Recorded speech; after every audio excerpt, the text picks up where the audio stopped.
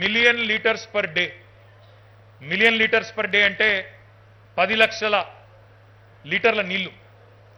1950 MLDలు మొత్తం హైదరాబాద్లో ఈరోజు ఉత్పత్తి అవుతుంటే మురికి నీరు, అందులో దాదాపు 90% మురికి నీరు, 94% దాకా ఇవాళ గ్రావిటీ ద్వారా మూసీ నదిలోకి పోతా ఉన్నది. హైదరాబాద్లో ఉండే కాలువలు, ఇప్పుడు కూకట్పల్లి నాలా ఏదైతే ఉన్నదో ఇట్లాంటి నాలాలు 47 నుంచి 54 దాకా మేజర్ నాలాస్ ఉన్నాయి. ఇంకా చిన్న చిన్నవి చాలా ఉన్నాయి. ఇవన్నీ కూడా నీటిని గురుత్వాకర్షక శక్తి ద్వారా, గ్రావిటీ ద్వారా నీరు పల్ల మెరుగు అంటారు, నీరు పల్లంకే పోతుంది. కాబట్టి ఈ మురికి నీరు అంతా కూడా మొదలు ఇక్కడి నుంచి హుస్సేన్ సాగరు లేదా దగ్గరలో ఉన్న చెరువుకు పోయి ఆ చెరువు నుంచి మళ్ళీ కిందికి మూసీలోకే పోతా ఉన్నాయి. మూసీ నుంచి మళ్ళీ కిందికి పోయి కృష్ణానది నుంచి కిందికి పోయి సముద్రంలో కలుస్తూ ఉన్నది. హైదరాబాద్లో రోజుకి 1950 MLDల మురికి నీరు ఉత్పత్తి అవుతుంటే ఆ మురికి నీరు ట్రీట్మెంట్ అంటే ఆ మురికి నీటిని తీసుకొని దాన్ని శుద్ధీకరించడం, సివరేజ్ ట్రీట్మెంట్ ప్లాంట్ పెట్టి ఆ మురికి నీరును మంచినీరుగా మార్చి కిందికి వదలాల్సి ఉంటుంది. లేకపోతే ఆ మురికి నీరే మళ్ళీ మనకు ఆరోగ్యపరమైన సమస్యలు తెచ్చిపెట్టే ప్రమాదం ఉంది. ఆ మురికి నీరే మళ్ళీ మన పంటల్లోకి పోయే ప్రమాదం ఉంది. ఆ మురికి నీరే మళ్ళీ కిందికి భూమిలోకి ఇంకి మన కొన్ని చోట్లయితే మనం చూసినాం గతంలో మురికి నీరు మంచినీళ్ళు లైన్లు కూడా కలిసిపోయిన పరిస్థితులు కూడా ఉన్నాయి. గతంలో బోలక్పూర్లో చూసినాం మనం.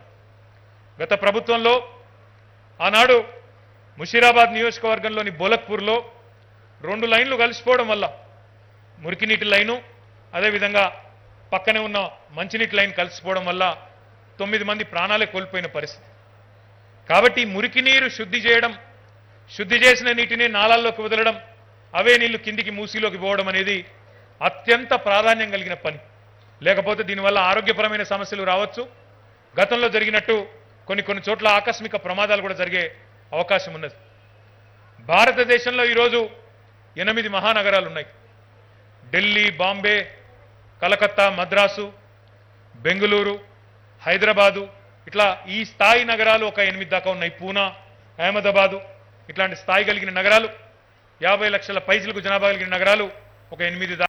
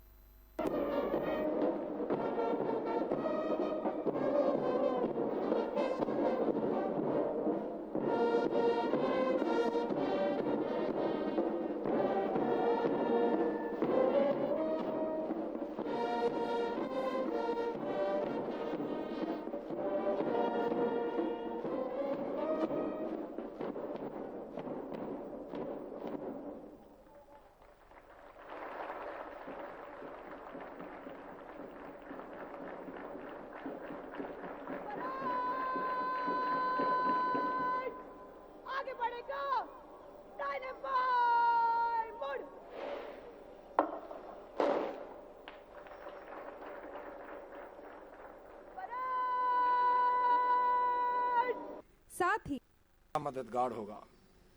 मैं भारतीय पुलिस सेवा के अधिकारियों की दृढ़ता, समर्पण, ईमानदारी और इस देश को एक संगठित और एकीकृत रूप में बनाए रखने में योगदान की सराहना करता हूं और सबसे ऊपर आपके साहस का होना एक अद्भुत आपके अंदर की शक्ति है, जिसके बल पर नेतृत्व करने के लिए और किसी भी स्थिति में सच्चाई के लिए, नैतिक रुख अपनाने के लिए हमेशा आपको बल देगा। राष्ट्र पुलिस अधिकारियों और पुलिस बलों के कर्मियों का ऋणी है, जिन्होंने